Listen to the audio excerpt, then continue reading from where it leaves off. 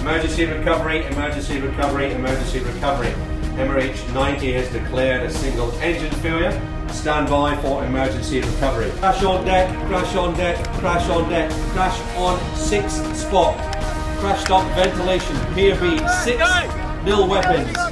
Standing Sea Fire Party, muster ACR. Rescue boat, close up. Swim condition Zulu. We've come down to Albatross to conduct some mission rehearsal training, and it's the first opportunity we've had as a department to integrate with each other.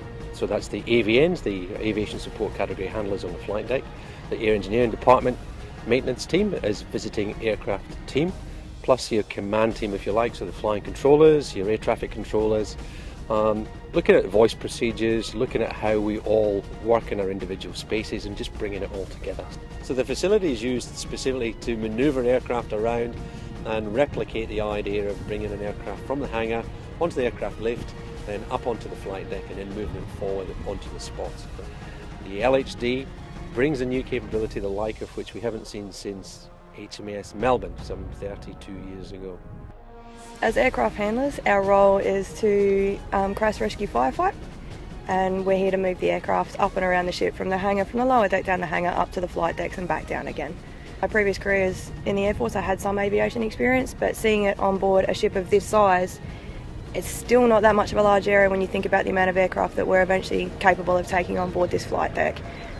We've got guys from all walks of life. Some have been chefs and riders and stewards, and this coming from a benign or relatively benign environment to an action-packed environment like a flight deck of the LHD is completely different to what anybody else has ever done.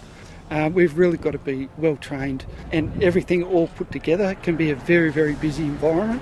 I think all of us, and most of us, are looking forward to being able to get out there and actually do our job and show everybody what we're capable of doing as a branch. The team this week, fabulous.